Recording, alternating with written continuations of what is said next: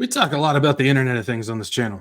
It's one of the key pieces to bringing in this Antichrist beast system. The one world economy, the one world government, and the one world religion. There has to be something that connects all people and all things together for it to work properly. And so we continue to see more and more things get hooked up to online, to internet, to some type of connection that can joins everything together. And the latest, of course, is the cars. And we understand about the EVs and the Teslas and all these things. But how it's going now is they're planning on turning your car into just a paperweight if they so choose.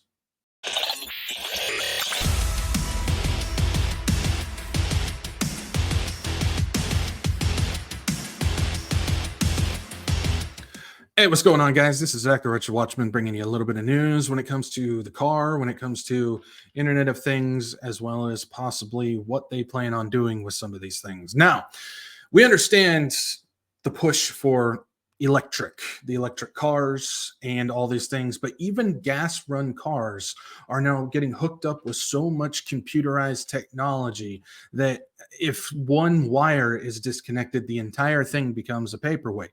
Now, this is obviously planned. We understand what they want to do with these things. It's able to track, it's able to control, it's able to do all these things, but I think there's a little bit more to it, which I'll get to in just a second. But if we take a look at what I've found, we'll see a tweet here by the car dealership guy who is saying owning a car is about to get really weird. Ford might be the first, but won't be the last. And you can see here it says a Ford car displayed a "your vehicle cannot be driven" message after a software update failed. Now, if we go a little bit closer on this thing, it's like, do you guys remember the days of the Windows blue screens of death and whatnot? Well, it looks like that's for the cars now. And this is on the little screen that's in the Ford. It says update not successful. Unfortunately, a recent software update was not successful. Your vehicle cannot be driven.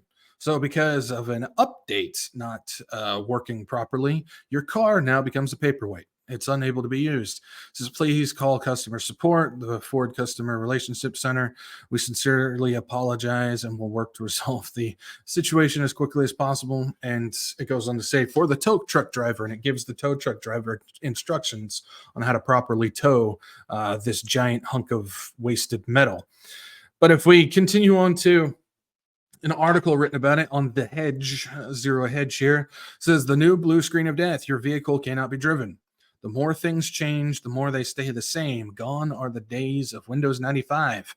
Heading into the year 2024, there's an entirely new blue screen of death people apparently need to be watching out for. And it's their cars. This week, a photo went viral, and that's the photo that I just showed you guys on social media, purporting to show a Ford vehicle displaying a "your vehicle cannot be driven" message after a failed software update. Please call customer support. The screen sincerely urges you. It goes on to say a post on One Car Enthusiast forum questioned the authenticity of the screenshot, stating this is going around on Twitter, but I couldn't find any mentions of it here. Obviously, it's good. You want to verify these things because I don't know how many things I've come across on Twitter where it was actually fake, but this does appear to be legit from what I have found. And what some other people have found as well. Says one person responded that the message you will see on a rare occasion that an OTA fails, which is the update. It's a special customer service phone number for dealing with failed OTAs.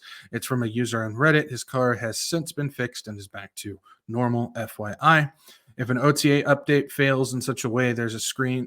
This screen would be necessary. They would automatically revert to the last working state and notify the user, which apparently it did not revert back because it just, again, became a paperweight. Now, this is only one. There's other stories out there with other people saying they've had the same issues with their cars, not just Ford's, but other ones out there as well, saying the update failed and I couldn't drive my car because of it. Now, obviously, we have the issue of so much computer junk in a car. It's going to become an issue just like this, rather than just the old days of where it's just metal, gas, and a pedal, and you just go. So obviously, we see that. Then we see issues like in the EVs as well, because remember, even gas cars have the computer stuff now, because apparently this car was gas. It's not an EV, but you have Teslas, EVs, and whatnot that will just, I mean, they can just shut down. I mean, we've even seen things in the past like OnStar systems where they're able to shut things down, even if the police call them and say, "Hey, that person, we need you to stop their car," and they'll shut off the car. So this isn't anything new in terms of that.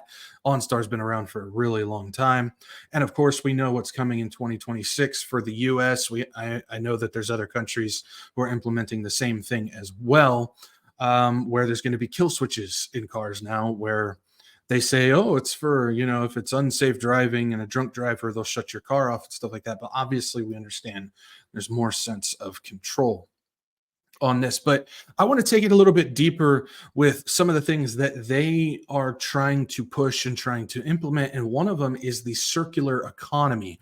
The circular economy is a system where everybody knows the term that comes from the WEF, the World Economic Forum: you will own nothing and you will be happy.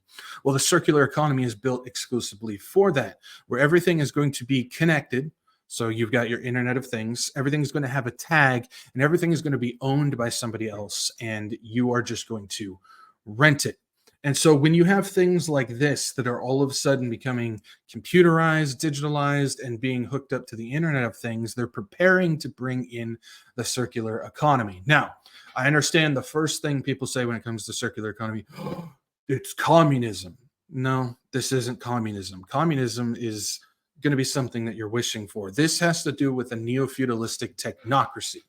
And so this is something that I've talked about for a while, where you're going to have the kings on top and everybody else is going to be peasants. And it's going to be the kings that are going to rent you things for you to even function in everyday life. They're going to be the ones that own it. And that's where the technocracy side comes in. When you've got technology that's controlling these things, the kings, obviously you can attach that to the biblical essence of what's in Revelation, which I've talked about before, where I've seen signs, whether it's the speech by King Charles or just different aspects of creating untrustingness in politicians, as well as bringing in things like the Rothschilds with their inclusive capitalism. And we've heard multiple people, including the WEF's Morris Strong, who has talked about how they're trying to create socialism through capitalism, which has to do with the inclusive capitalism as well.